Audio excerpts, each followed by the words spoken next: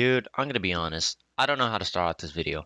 I mean, despite me keep leaving and coming back to a channel full of crickets and cobwebs. I mean, I could talk about how there's this small indie game that I've been pretty interested in lately, and that there's a very specific type of content that I've been eating up as well too, that actually has a really cool community behind it. But the problem is that there's probably only what, one, two, maybe three people that are covering a very specific type of content. Or I could talk about how I also want to contribute as well too, considering that, I really like it as well, and I want to give it a shot. But I don't even know how to start talking about such a thing. If only I know how to start off this video. Making a Rivals character. But before I can get into that, for those of you who are not in the know, Rivals of Aether is this pretty neat little indie game that takes on the Smash Fighter-like genre, but with its familiar but unique combat and environmental spacing ideas that ties into its own elemental theme, with its fantasy animal aesthetics. Long story short, Rivals of Aether has implemented the workshop for quite some time, meaning that anybody with the right skills and patience can create their own character if they want, whether it be something ridiculous, something from a different IP, or even their own original character that still fit within the game's themes, aesthetics, and even lore if they wanted to. And that to me is honestly really cool to accomplish. So with that being said, I would like to introduce you all to something that I've been working on for quite some time. And what I mean by that, I mean for a whole month straight. No cap.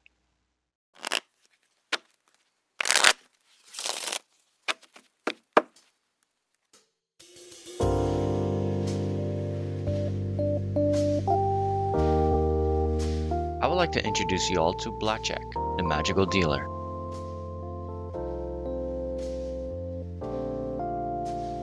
Son to a traveling magician and a back alley fortune teller, Blackjack is actually an owner of one of the most prestigious casinos around. Although he may be the owner, he actually deals his own poker table at the casino that he runs, playing his favorite game of all, Blackjack, of course.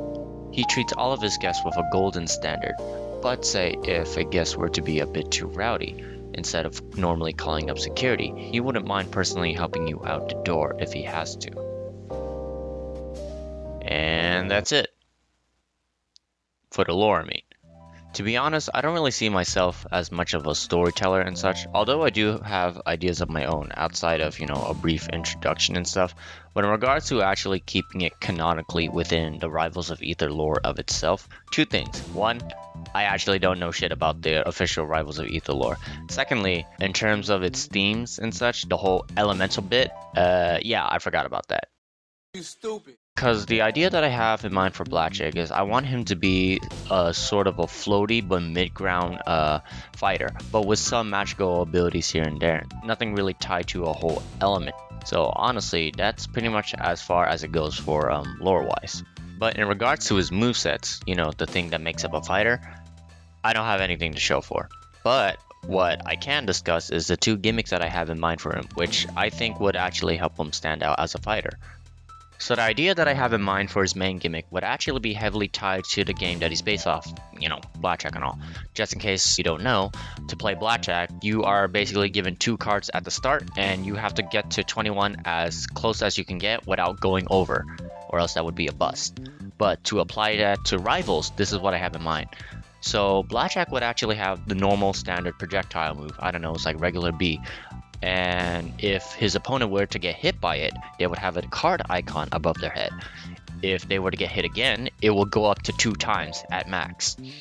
And the idea that I have in mind is that if, say, Blackjack were to do a side B, right? Like sort of a reveal, right?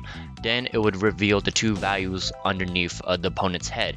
And depending on the value, it would actually determine how far they would get knocked out, or, how little as well too and such. So it would actually be very similar to Game & Watch's luck mechanic with the Judgment Hammer, except with, a little bit of nuance actually. The only issue I have with this concept is thinking about how to actually apply it in game, whether it be the style or the nature of it or the actual code in it of itself. What I mean by the first point is that either I can use the whole deck of cards, whether it be from 2 through 10, and then you have the face cards, King, Queen, Jack, and Ace, right?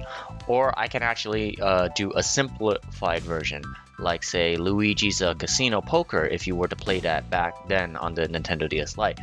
And yeah, no, he's totally a huge inspiration when it comes to the whole concept and stuff. If you guys have crippling gambling addiction and you played this game, you know what's up. You know, because I know, because we all did.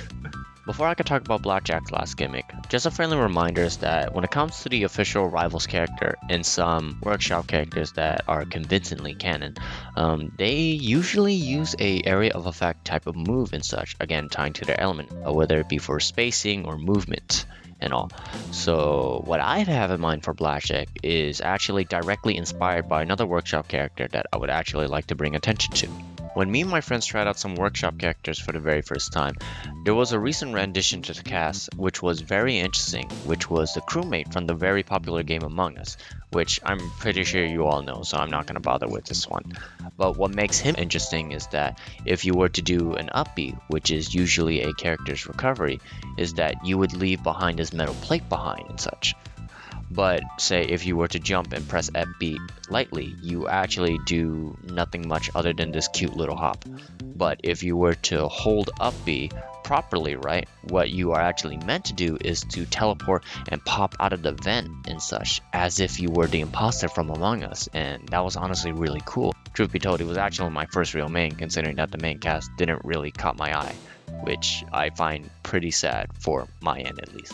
I like this idea so much that I really want to try to adapt it into my character's kit, but obviously try to put my own rendition to it as well too and such, right? Artist is allowed to be inspired but not copied. So here's what I have in mind. So if Blackjack were to do an upbeat on the ground, he would actually leave behind this trap card. And yes, I know, I get it, haha, right? But here's the thing. The card would actually have some properties rather than be a static item.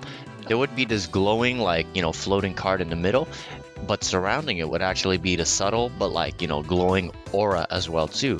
So if Blackjack were to upbeat like in the air and such, he would actually teleport it. But if a opponent were to be within the ring of Aurora, the opponent would actually be stunned, and after a certain time, your opponent would actually be knocked back. But at the same time as Blackjack recovering from a mini free fall, so it won't be too easy to follow up, so it's kind of like like a reset sort of way.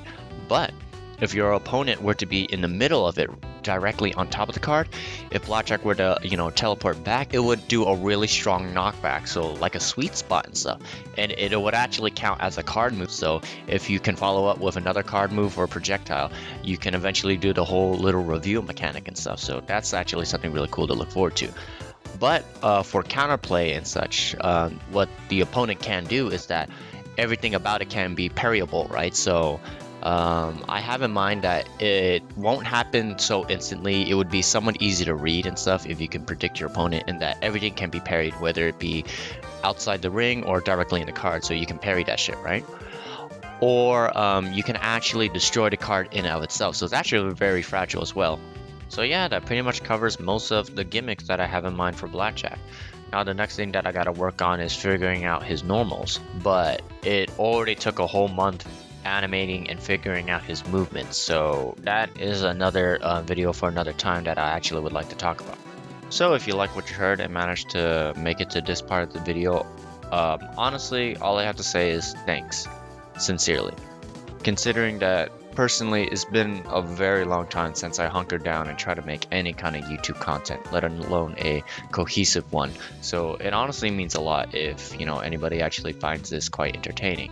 So thanks, sincerely. Wait, I forgot to mention I'm not a